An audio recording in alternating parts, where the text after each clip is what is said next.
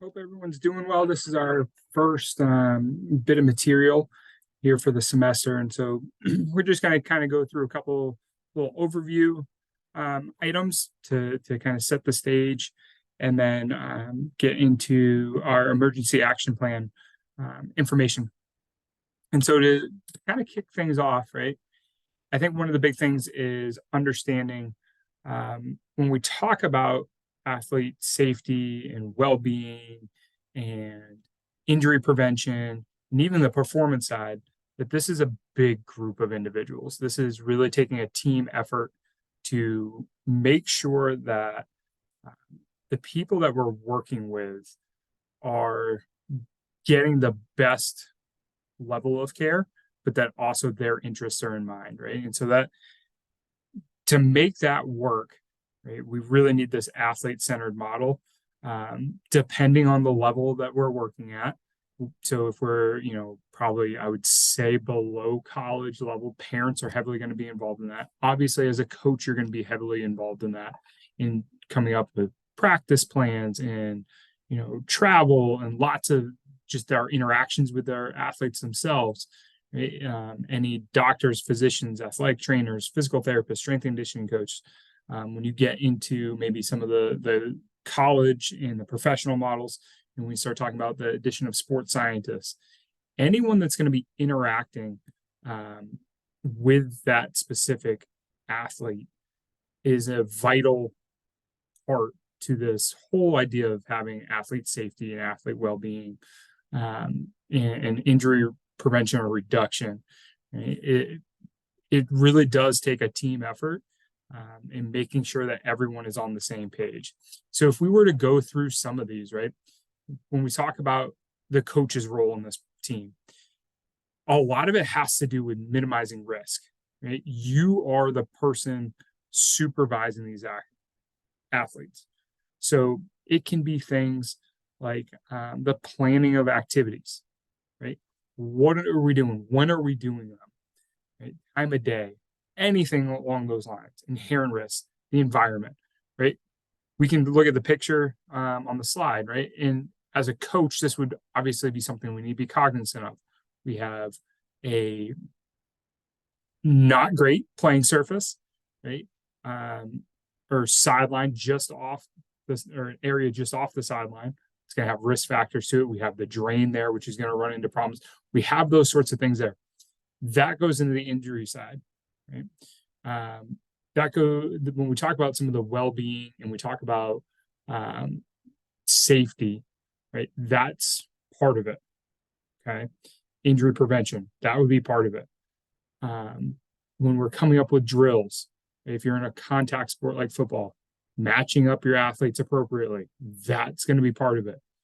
So yes, there's some definite kind of no-brainer moments with this, right? But there's some other things that I think get lost from time to time when we think about what's the coach's role inside of taking care of our athletes. And this is something we're going to explore a little bit throughout the entire semester.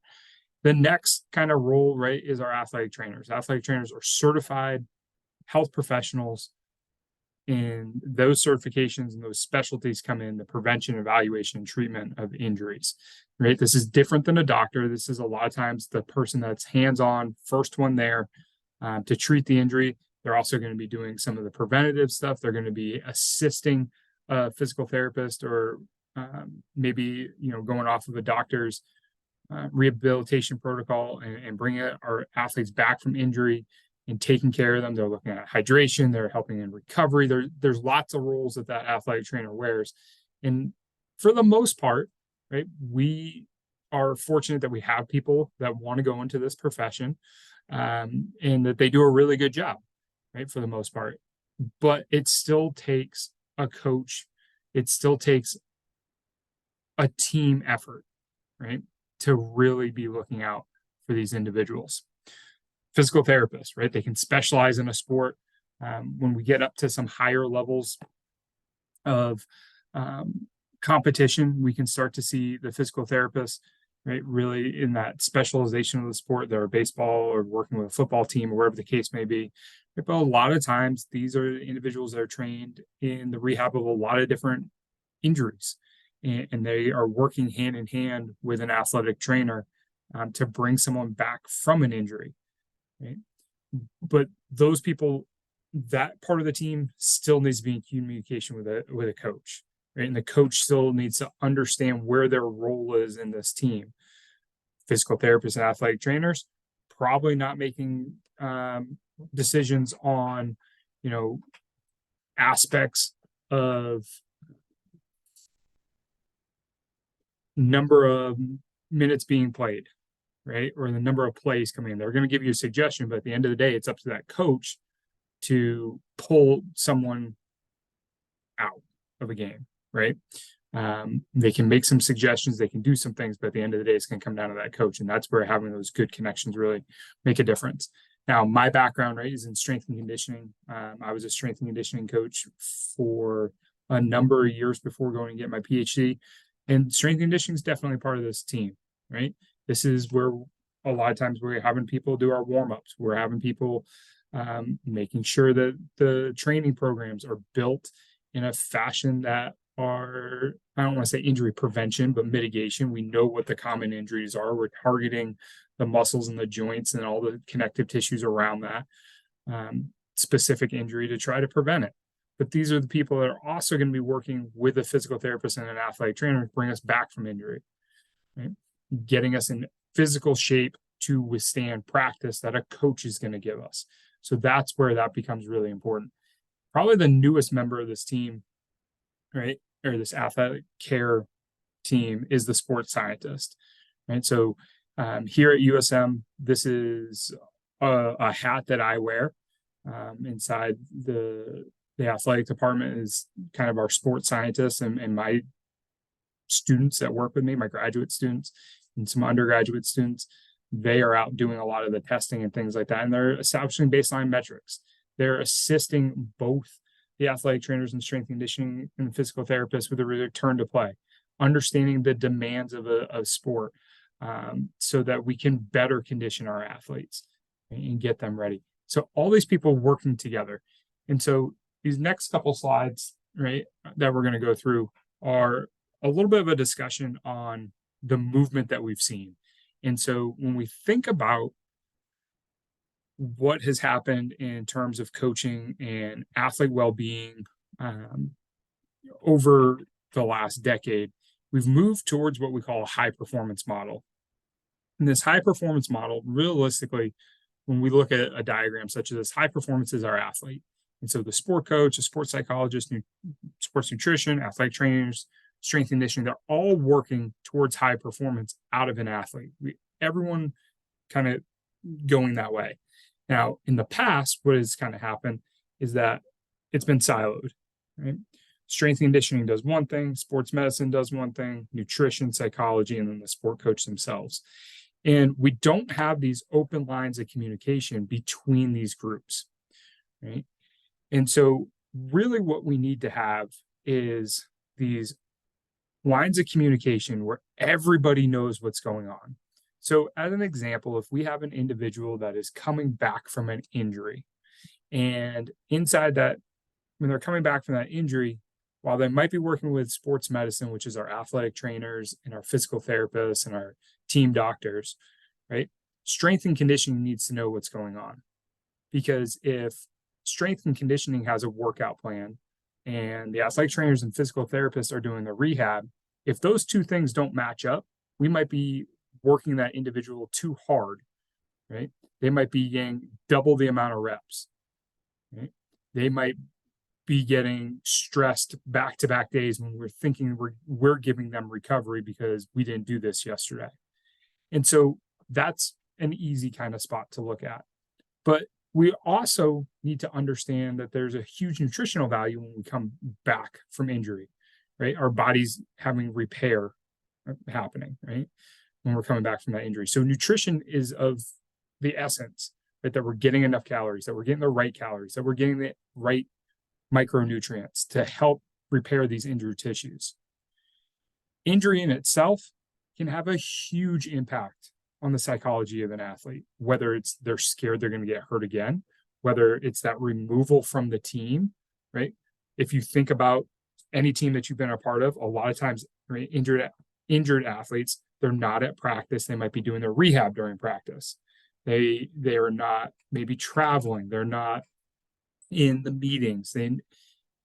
They get kind of pushed off to the side because they're not an active participant, and that can have a massive impact, right? And then the sport coach, right, besides just saying, you know, that or teaching the skills and the technical tactical aspects of the sport, it's important that they understand kind of where everyone else is. You don't necessarily need to know the nitty gritty of every one of those. You don't necessarily need to know the exact protocol that's being used by your PTs and OTs, or your PTs and your athletic trainers, or your strength and conditioning coaches, or what your nutritionist is recommending and why, right? But a lot of times, that sport coach is kind of the one that is overseeing some of these things, or they're making those hires into those positions. And so you need to have a working knowledge, right? Are the people that I'm trusting in these roles really doing what they need to be doing? And I think that's one of the unique things about our sport coach education program here, right, is that we expose you to some of those things so that you can understand that. So it makes you a better coach. Because if I don't have to be an expert in this, but if I kind of have an understanding of what's going on, I can at least go hire someone and know that they are knowledgeable in this because I have a baseline understanding. Right. So the new model, the one that's really come out, is this sports scientist role that's kind of been a part of that. And the reason why I kind of have these on the sports scientist and the sport coach on the same level, right, here is these are people that are evaluating sport itself, right, and can help in the decision-making process, both on the rehab side and the medical side, but also on the analytics of how we coach, right? And you see a lot of the analytics stuff maybe in baseball in particular, or in some of the things with basketball, right? That one of the big things in basketball is take threes. You may not make them at a higher percentage than the twos, but three is worth more than two in that offset and that balance that you have there, right? Those decisions are coming down from people with analytical skills, sports science kind of skills, and they can help the coaching and they can help all these kind of other support programs working towards that high performance model. So with that, right, we can kind of separate our sports medicine into two umbrellas. Okay, so we can have our performance enhancement side. So this is a classic kind of split, right, where we have our exercise physiologist, strength and conditioning, sports nutrition, biomechanists all on one side, and then we have our injury care and prevention, the athletic trainers, the massage therapy, our orthopedic surgeons, right? All those kind of people on the other side. Even though they are separated on this, the idea behind this umbrella picture, right, is that everyone's kind of working towards sports medicine. The separation, right, that this has visually in the picture kind of puts them into two silos. And that is one thing that we really need to be breaking down, is this silo approach. Everyone needs to be communicating and working on the same page towards that common goal. And I think that's what is going to really help move our understanding of high performance and make it better. And I think that's also going to make you a much better coach and practitioner moving forward, is this idea of being able to break down some of those silos. So that's the end of our first video, kind of walking through chapter 1 in our textbook and kind of an introduction to sport first aid and sports medicine. If you have any questions, please feel free to reach out.